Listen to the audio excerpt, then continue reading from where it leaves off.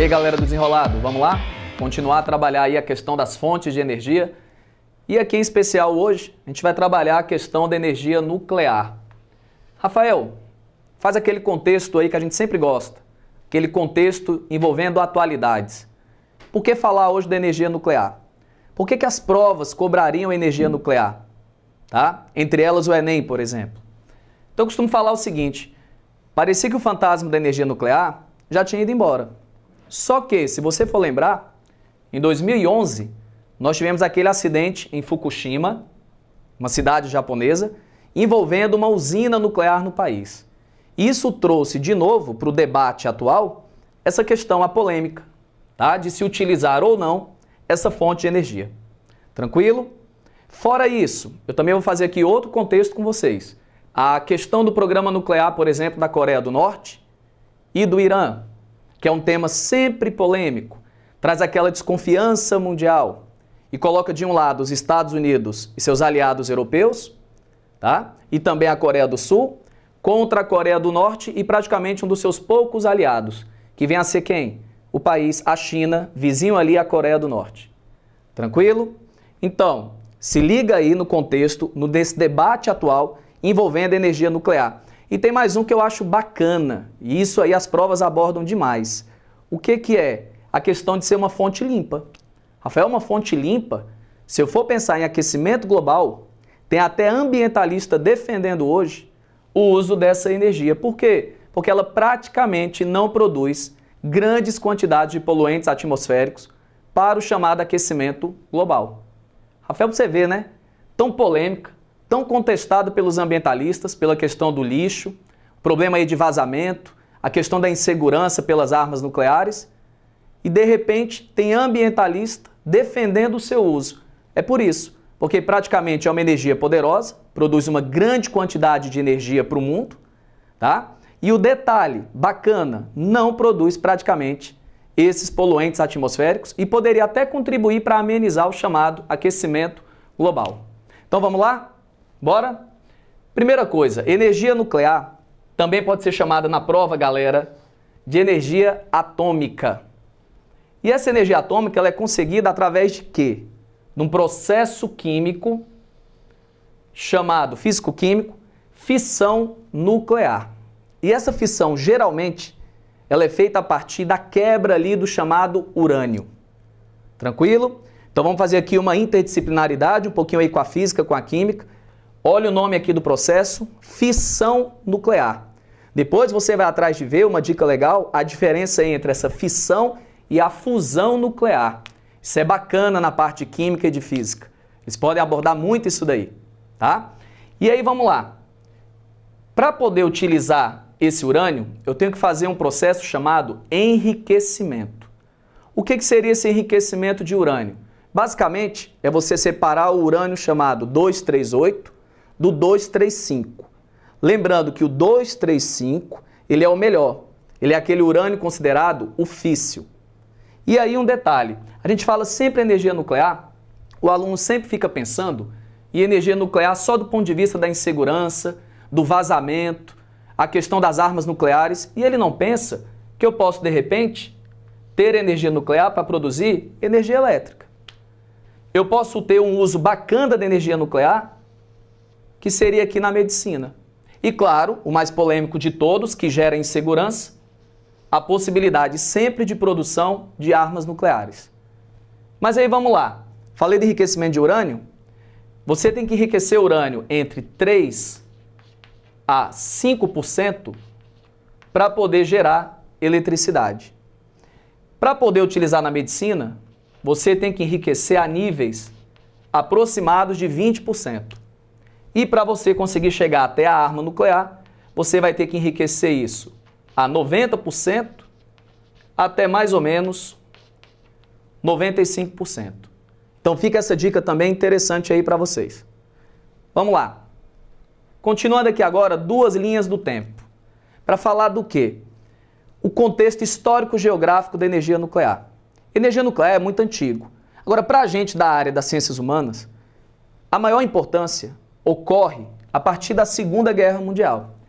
É a partir desse momento que a gente dá uma atenção especial principalmente a galera da geografia e da história. E por quê, moçada?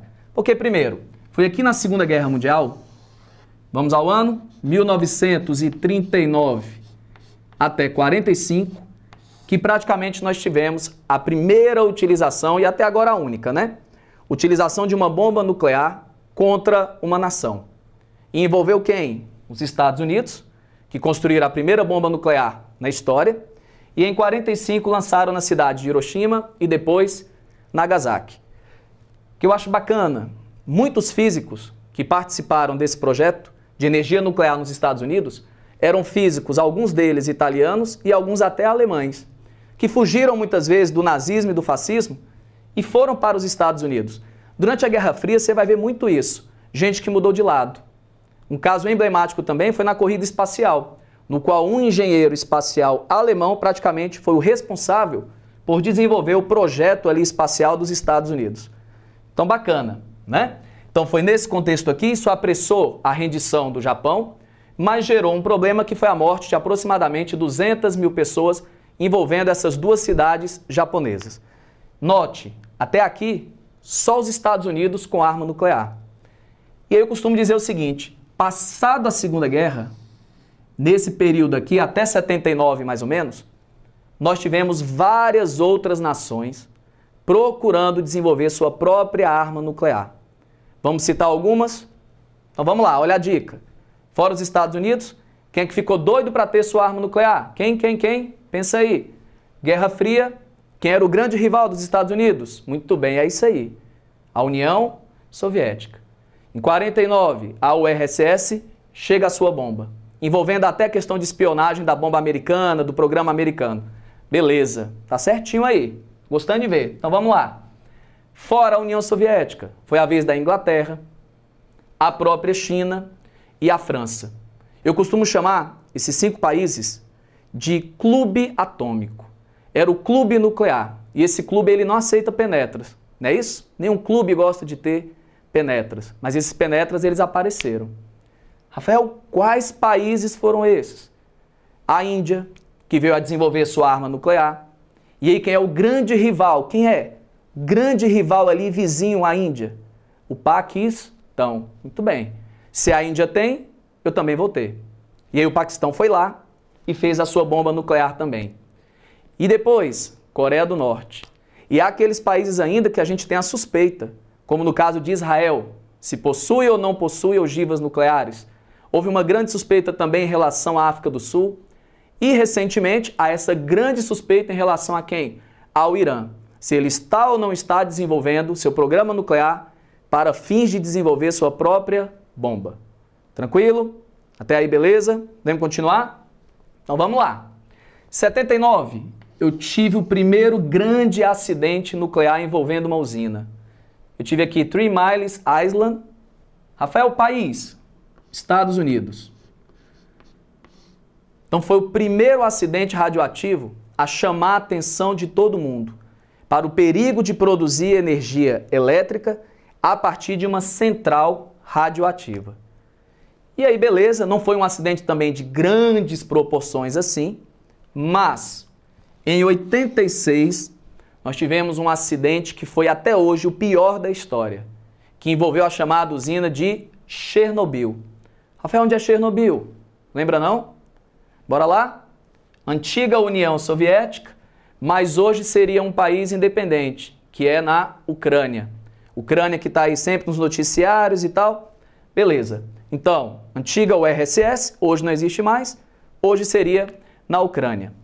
E um acidente bem recente e que traz aí novamente o debate, que foi em Fukushima, lá no Japão. E aí a gente finaliza falando do quê? Eu dou sempre uma dica, galera. O Enem e as provas de vestibulares exigem o quê? Que o candidato tenha uma capacidade de solucionar problemas.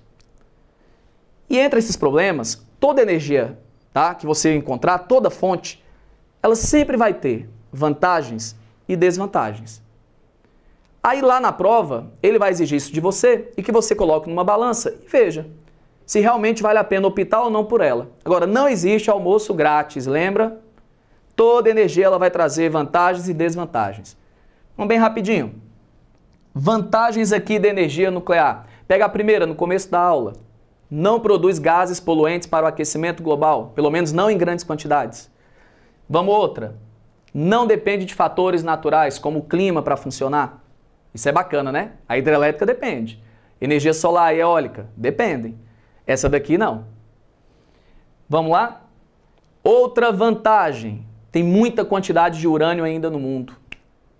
E uma grande vantagem que eu acho, se comparar principalmente com as hidrelétricas, eu não preciso de grandes áreas para poder instalar uma usina nuclear. Diferente das grandes hidrelétricas, que você precisa de áreas aí de 1.000 km², 400 km², uma usina nuclear, ela cabe em um pequeno espaço relativo. Agora vamos às desvantagens? Essa aqui é a mais fácil, né? Por quê? Porque é o que a gente sabe mais. Difícil é lembrar as vantagens. Então, desvantagens: o perigo do vazamento, risco dos acidentes, a questão do destino final adequado para o lixo nuclear e um que eu sempre gosto de colocar, custo. É muito caro você instalar e operar uma usina nuclear. Beleza? Tranquilo? Ficou claro? Tudo na sequência aqui? Então, galera, grande abraço aí. Fico com aquela minha dica final de atualidades. Vou repetir, hein? Dá uma olhada nesse acidente de Fukushima. Dá uma olhada na diferença entre fissão e fusão nuclear. Dá uma olhada no que é enriquecimento de urânio. Foca no programa nuclear da Coreia do Norte e também do Irã. Grande abraço e até a próxima. Valeu, moçada!